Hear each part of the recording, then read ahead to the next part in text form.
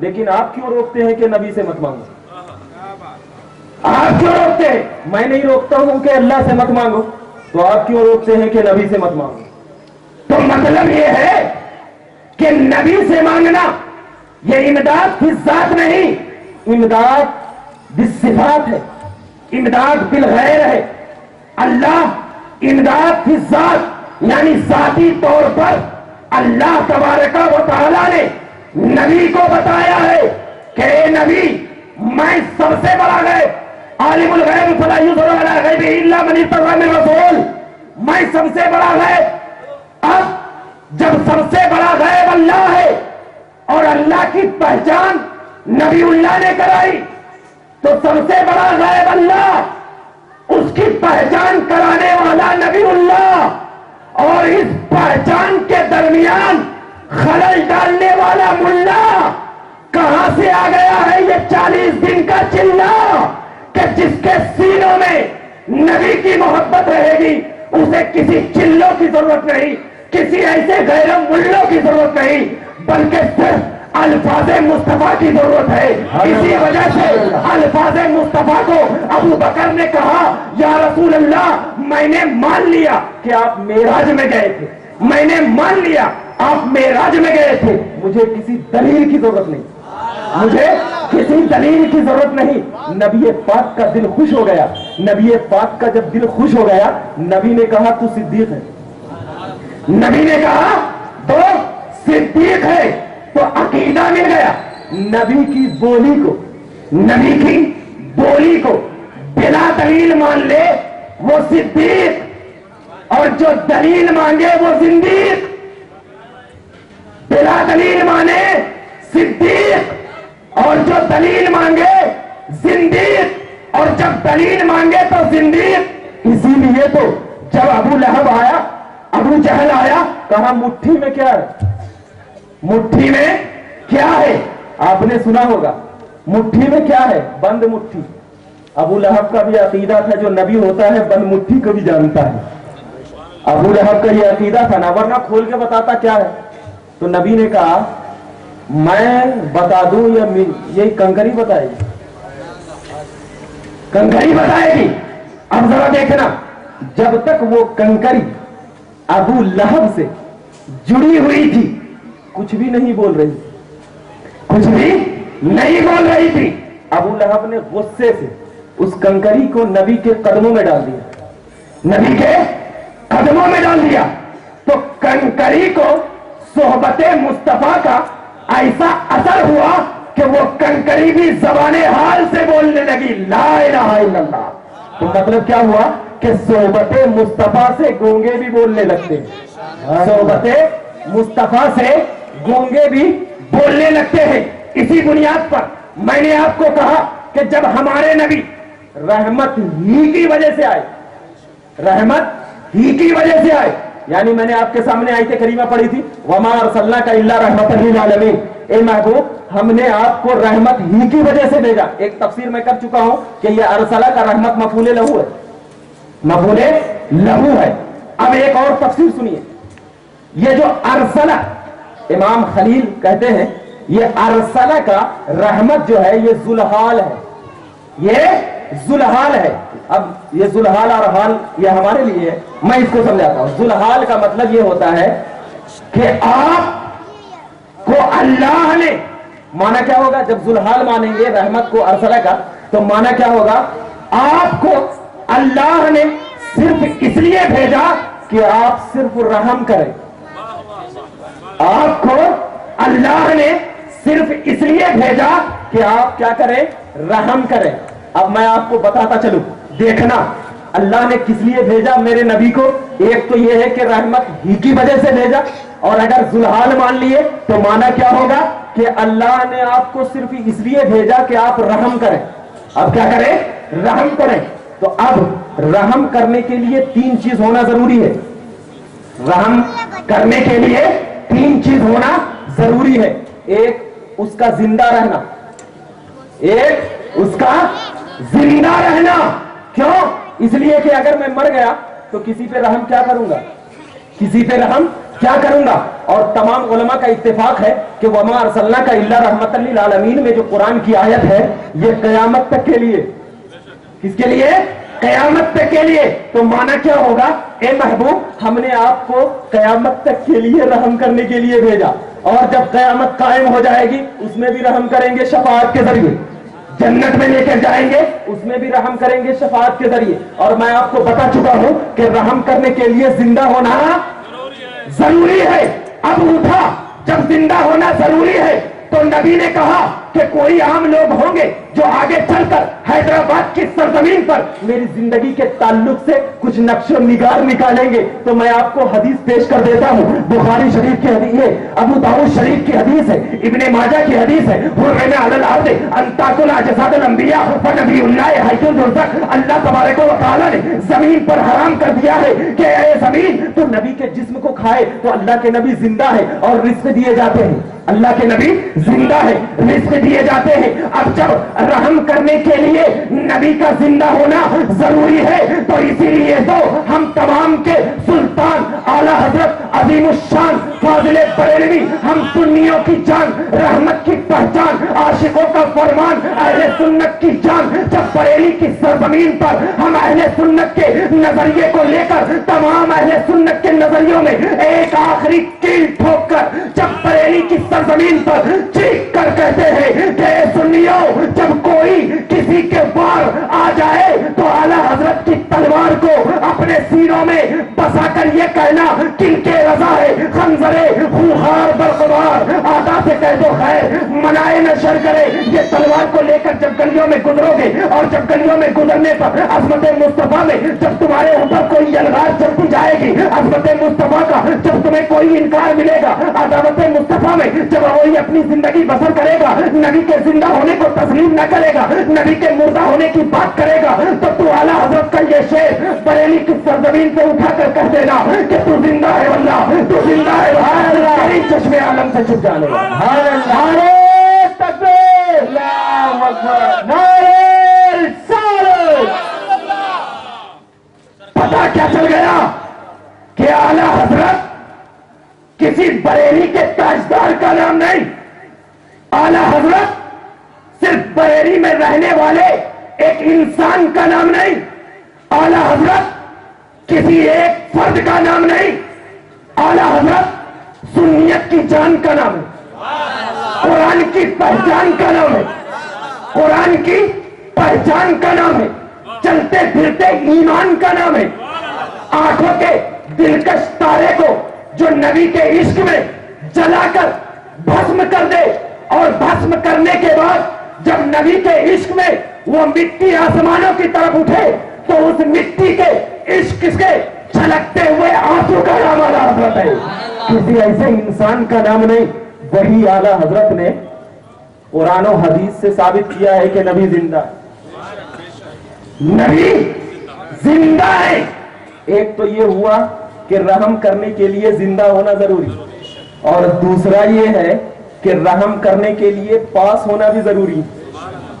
رحم کرنے کے لیے پاس ہونا ضروری ہے. جیسے میرے پاس، میں یہاں ہوں اور کوئی امریکہ میں ہے، میں اس پہ کیسے رحم کر سکتا ہوں؟ میرے سامنے رہیں گے تب تو رحم، میرے سامنے رہیں گے تب تو میں رحم کر سکتا ہوں. 10 روپے نکال کے دے دیا، کچھ بھی کر دیا، میرے اندر جو طاقت ہے، جو ہستی ہے وہ کر لو.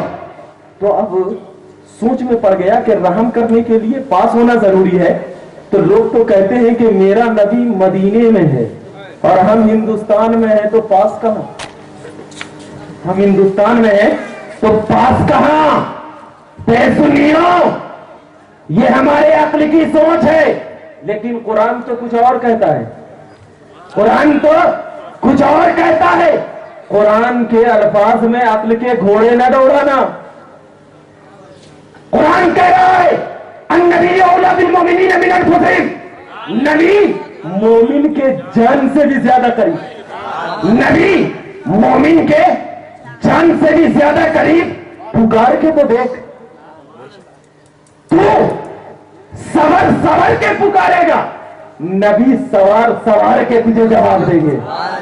تو جس نوعیت سے پکارے گا اسی نوعیت سے نبی تجھ پر رحم کرتے چلے جائیں گے. اسی لیے حضرت قتادہ نے جب ان کی آنکھ نکل گئی جنگ احد میں، بخاری کی حدیث گواہ ہے، جب حضرت قتادہ کی آنکھ جنگ احد میں نکل گئی تو حضرت قتادہ نبی کو پکارے، نبی کو پکارے تو نبی نے کہا قتادہ سامنے تو آ۔ جب حضرت قتادہ سامنے آئے، نبی نے وہ آنکھ پکڑا اور حضرت قتادہ کو لگا دیا۔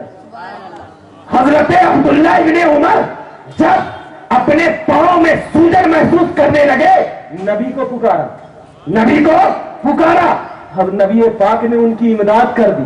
مطلب یہ ہوا کہ اللہ نے فرمایا کہ اے محبوب ہم نے آپ کو رحم کرنے کے لیے بھیجا، ہم نے آپ کو رحم کرنے کے لیے بھیجا۔ تو اگر کسی کو اس آیت پر اگر کوئی شبہ ہے تو قرآن پر شبہ ہوگا۔ اور یہ جو تفسیر کر رہا ہوں ایسوں کی تفسیر ہے جس کو اپنے بھی مانتے ہیں غیر بھی مانتے ہیں، اپنے بھی مانتے ہیں غیر بھی مانتے ہیں۔ تو آپ ذرا دیکھنا، وما ارسلناک الا رحمۃ للعالمین سے یہی ثابت ہو رہا ہے کہ نبی زندہ، نبی زندہ، نبی ہمارے قریب، نبی ہمارے قریب۔ یہ دو چیز تو ثابت ہو گئی، تیسرا کیا ہے؟ رحم کرنے کے لیے ایک چیز اور ضروری ہے، ایک چیز اور ضروری ہے۔ وہ کیا ہے کہ کوئی اپنی فریاد کو جب تک میرے سامنے ذکر نہیں کرے گا میں اس کی فریاد کو سمجھوں گا کیسے، جانوں گا کیسے کہ اس کو کیا بیماری ہے، کیا چیز کی ضرورت ہے، کیا چیز کی ضرورت ہے۔ تو اللہ نے فرمایا اے محبوب ہم نے اس دنیا میں آپ کو رحم کرنے کے لیے ہی بھیجا ہے۔ تو اب ذرا بتا کہ نبی سے کوئی چیز چھپی ہوگی؟ نبی سے کوئی چیز چھپی ہوگی؟ کیونکہ نبی اسی وقت رحم کر سکتے ہیں جب ان کی ضروریات کو دیکھ رہے ہوں گے، جب ان کی ضروریات کو دیکھ رہے ہوں گے۔ دنیا میں جب امتیوں کو نبی کی ضرورت پڑی تو تمام نبیوں نے اپنی امتیوں کو اپنی ان کی ضرورت کے اعتبار سے امداد کیا۔ اسی بنیاد پر میں ایک دلیل دیتا ہوں کہ بعض علماء، میں علی اعلان علماء سے خطاب کرتا ہوں، علماء کیا کہتے ہیں اپنی تقریروں میں کہ نبی 40 سال کے بعد نبوت کا اعلان کیا۔ یہ تمام علماء کو میں اسٹیج پہ بول رہا ہوں، ذرا دیکھیں، اگر کسی کو ہے تو میں اس کا جواب دینے تیار ہوں۔ نبی نے 40 سال کے بعد نبوت کا اقرار نہیں کیا، نبوت کا اعلان نہیں کیا۔ کیوں؟ اس لیے کہ عالم ارواح میں نبوت کا اعلان ہو چکا تھا، حضرت آدم کے پشت میں نبوت کا اعلان ہو چکا تھا، حضرت عیسیٰ کے پشت میں نبوت کا اعلان ہو چکا تھا، حضرت ابراہیم کو گلزار میں ڈالنے کے بعد نبوت کا اعلان ہو چکا تھا۔ تو نبی 40 سال کے بعد نبوت کا اعلان نہیں کیا بلکہ رسالت کا اعلان کیا۔ اسی لیے فرمایا انی رسول اللہ، میں اللہ کا رسول ہوں۔ اسی لیے میں علماء سے خطاب کرنا چاہتا ہوں کہ جو ہمارے علماء یہ کہتے ہیں کہ نبی نے 40 سال کے بعد نبوت کا اقرار کیا، نبوت کا اعلان کیا، وہ نبوت کا نہیں بلکہ رسالت کا اعلان تھا۔ اسی لیے بعض لوگوں نے نبی کی رسالت کو مانا، اس کے بعد جب نبی کی رسالت کو مانا تو ان لوگوں کو تقویت مل گئی۔ اب اسی بنیاد پر جب نبی پاک کو دنیا میں رہ کر پکارا گیا تو ان لوگوں کو اللہ کے نبی صلی اللہ علیہ وسلم نے مدد کیا۔ اب جب مدد کیا تو وہی لوگ، دیکھنا وہی لوگ، میں آپ سے زیادہ نہیں 10 منٹ کا اور ٹائم لوں گا بس، وہی لوگ، ایک یہ چیز ہے کہ اللہ تبارک و تعالی کے نبی فرماتے ہیں قیامت کا جب منظر ہوگا، قیامت کا جب منظر ہوگا تو ہم نبی کے امتی پلسرات سے گزریں گے نا، گزریں گے؟ تو میں کہتا ہوں گزریں گے نہیں، گزارے جائیں گے، گزریں گے نہیں، گزارے جائیں گے۔ کیوں؟ اس لیے کہ گزارنے میں اور گزرنے میں بہت فرق ہے۔ گزارنے میں اختیار اور گزرنے میں اختیار نہیں۔ جیسے کہ میرے پاس پانی کا بوتل ہے، میں تقریر کرتے کرتے گر گیا تو یہ میرا غیر اختیاری فعل ہے، لیکن اگر میں گرا دیا تو یہ میرا اختیار ہے، یہ میرا اختیار ہے۔ اسی لیے نبی نے سورج کو پلٹایا، پلٹا نہیں، سورج کو پلٹایا تو یہ پلٹانا اس بات کی اجازت دے رہا ہے کہ پلٹنا یہ غیر اختیاری چیز ہے، پلٹانا اختیار ہے، پلٹانا اختیار ہے۔ چاند کے 2 ٹکڑے کیا ہوا نہیں، 2 ٹکڑے کیا ہوا نہیں، تو کرنا اختیار ہے، کرنا اختیار ہے۔ اسی لیے میں کہتا ہوں کہ اللہ کے نبی کی امتی پلسرات سے گزرے گی نہیں، گزارے جائے گی۔ کیسے گزرے گی؟ تو ہم اپنی زبان میں نہیں بلکہ ہم سنیوں کی شان اعلیٰ حضرت عظیم الشان فاضل بریلوی نے اپنے الفاظ میں کہا، پل سے اتارو راہ گزر کو خبر نہ ہو۔ پل سے، دیکھنا ذرا غور کرنا الفاظ پہ، پل سے راہ، پل سے اتارو یا رسول اللہ۔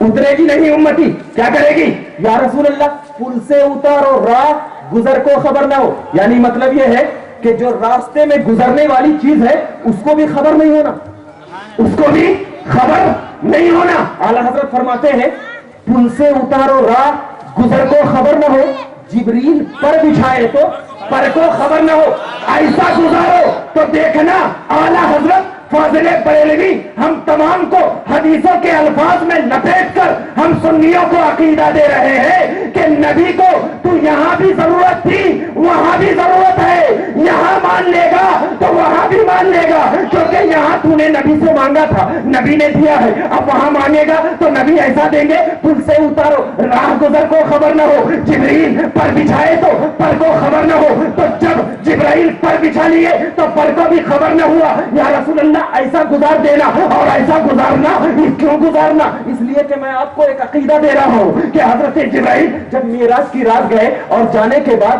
سدرۃ المنتہا کے پاس قریب ہو گئے تو حضرت جبرائیل کو نبی نے کہا، اے جبرائیل آگے چل، اے جبرائیل آگے چل۔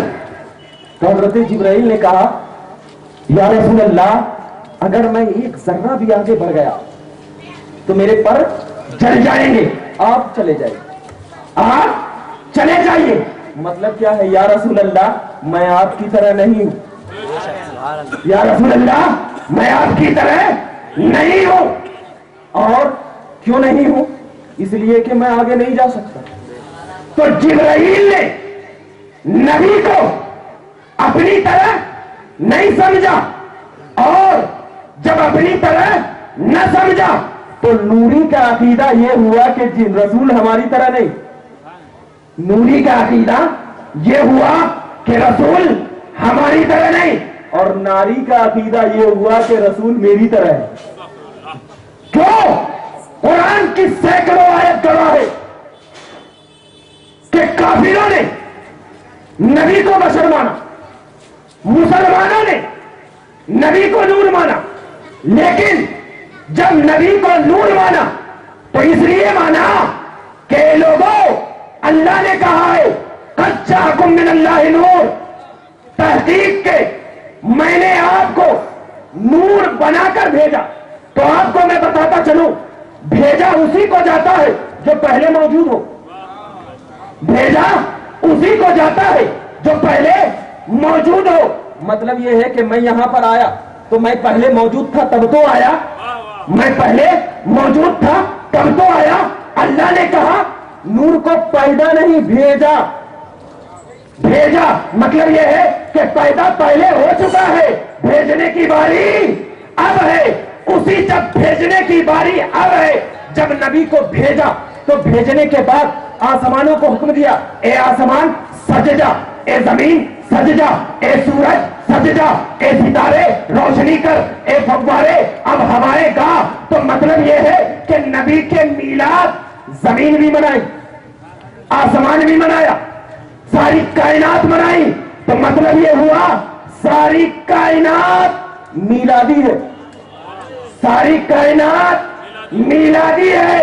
تو اب جس کو میلاد سے انکار ہے تو زمین چھوڑ دے ہماری، جس کو میلاد سے انکار ہے آسمان کے شمیانے میں اپنی روش کو اختیار نہ کر، کیونکہ آسمان میلادی، زمین میلادی، سورج میلادی، چاند میلادی، تمام میلاد النبی کا صدقہ لے رہا ہے اور اسی میلاد کو شرک و بدعت کہہ رہا ہے۔ ارے یہ تو میرے نبی کا کرم ہے, یہ تو میرے نبی کی عظمت ہے کہ جب میرا نبی کسی کے اوپر رحم کرنے کے لیے آیا ہے تو کسی پر عذاب نہیں کر سکتا. اسی لیے اللہ نے کہا وما ارسلناک الا رحمۃ للعالمین وآخر دعوانا ان الحمد للہ رب العالمین. نعرے تکبیر.